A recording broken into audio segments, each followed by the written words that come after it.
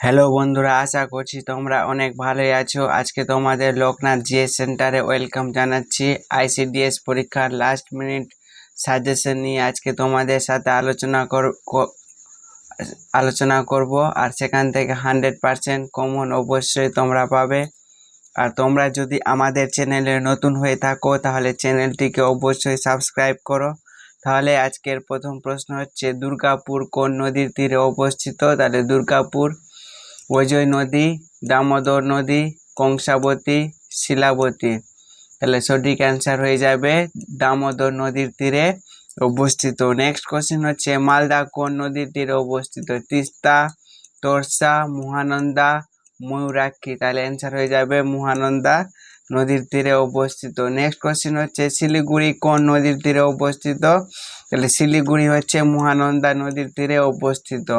Next question হচ্ছে, কৃষ্ণনগর কোন নদীর তীরে অবস্থিত? তাহলে কৃষ্ণনগর জলঙ্গি নদীর তীরে অবস্থিত। নেক্সট হচ্ছে, পশ্চিমবঙ্গের রাজধানী কোন কাল্পনিক রেখার কাছে অবস্থিত? নিরক্ষরেখা, কর্কট ক্রান্তি রেখা, মকর ক্রান্তি রেখা, সুমেরু বৃত্ত। তাহলে সঠিক অ্যান্সার হয়ে যাবে কর্কট ক্রান্তি রেখার কাছে পশ্চিমবঙ্গের রাজধানী কলকাতা অবস্থিত। নেক্সট কোশ্চেন হচ্ছে, পশ্চিমবঙ্গের রানীগঞ্জ কি জন্য বিখ্যাত? লোহা, ম্যাঙ্গানিজ, তামা, কয়লা। তাহলে পশ্চিমবঙ্গের রানীগঞ্জ কয়লার জন্য বিখ্যাত। নেক্সট কোশ্চেন হচ্ছে, সর্বাধিক উন্নত শিল্প কয়লা কোনটি? তাহলে সঠিক অ্যান্সার হয়ে যাবে অ্যান্থ্রাসাইট। না, এটা অ্যান্সার হয়ে যাবে বিটুমিনাস।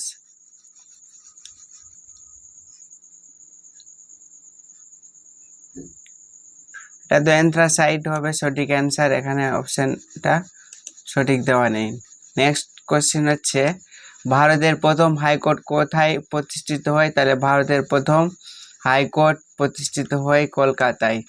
নেক্সট হচ্ছে, নিচে শৃঙ্গগুলি অপরোহী ক্রমানুসারে কি হবে? তাহলে সঠিক অ্যান্সার হয়ে যাবে সান্দাকফু, ফালুট, সবরগ্রাম।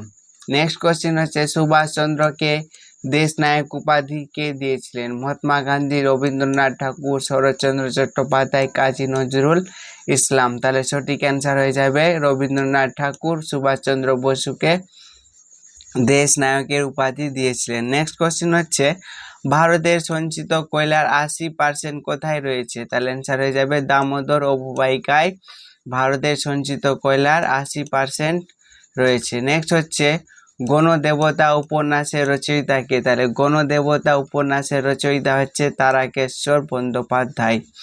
নেক্সট হচ্ছে, ধন্যধান্য অডিটোরিয়াম কোথায় অবস্থিত? তাহলে ধন্যধান্য অডিটোরিয়াম আলিপুরদুয়ারে অবস্থিত। নেক্সট কোশ্চেন হচ্ছে, ধন্যধান্য অডিটোরিয়াম কোন কবির সম্মানে নির্মিত হয়েছে?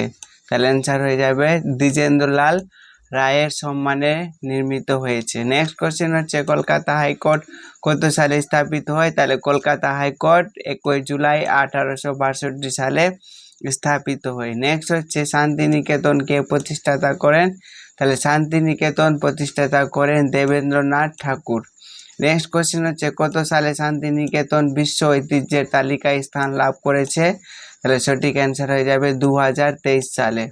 নেক্সট হচ্ছে, শান্তিনিকেতনের আগের নাম কি ছিল? শান্তিনিকেতনের আগের নাম ছিল ভুবনডাঙ্গা। নেক্সট কোশ্চেন হচ্ছে, পশ্চিমবঙ্গের কোন স্থান ভিক্টোর জুবিলি প্যালেস নামে পরিচিত?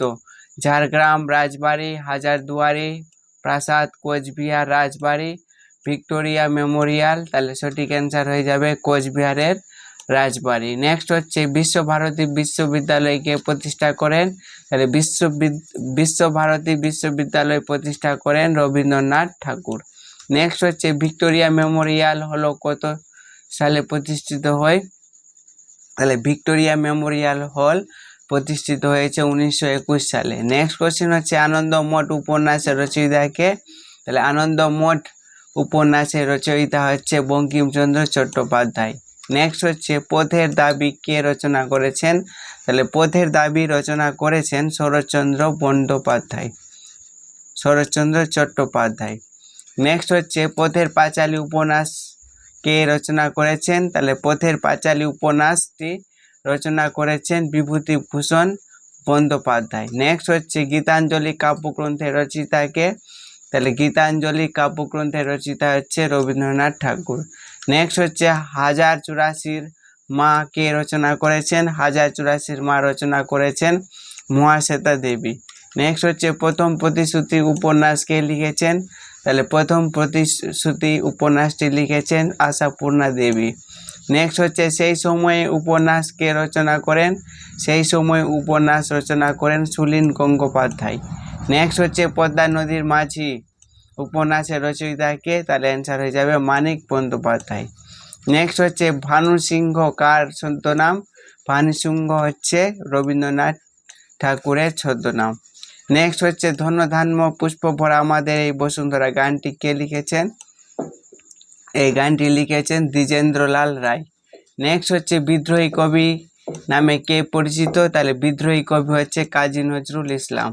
নেক্সট হচ্ছে ধূমকেতু কার ছদ্মনাম? ধূমকেতু হচ্ছে কাজী নজরুল ইসলামের ছদ্মনাম। নেক্সট হচ্ছে অনিলা দেবী কার ছদ্মনাম? অনিলা দেবী হচ্ছে শরৎচন্দ্র চট্টোপাধ্যায়ের ছদ্মনাম। নেক্সট হচ্ছে কমলাকান্ত কার ছদ্মনাম?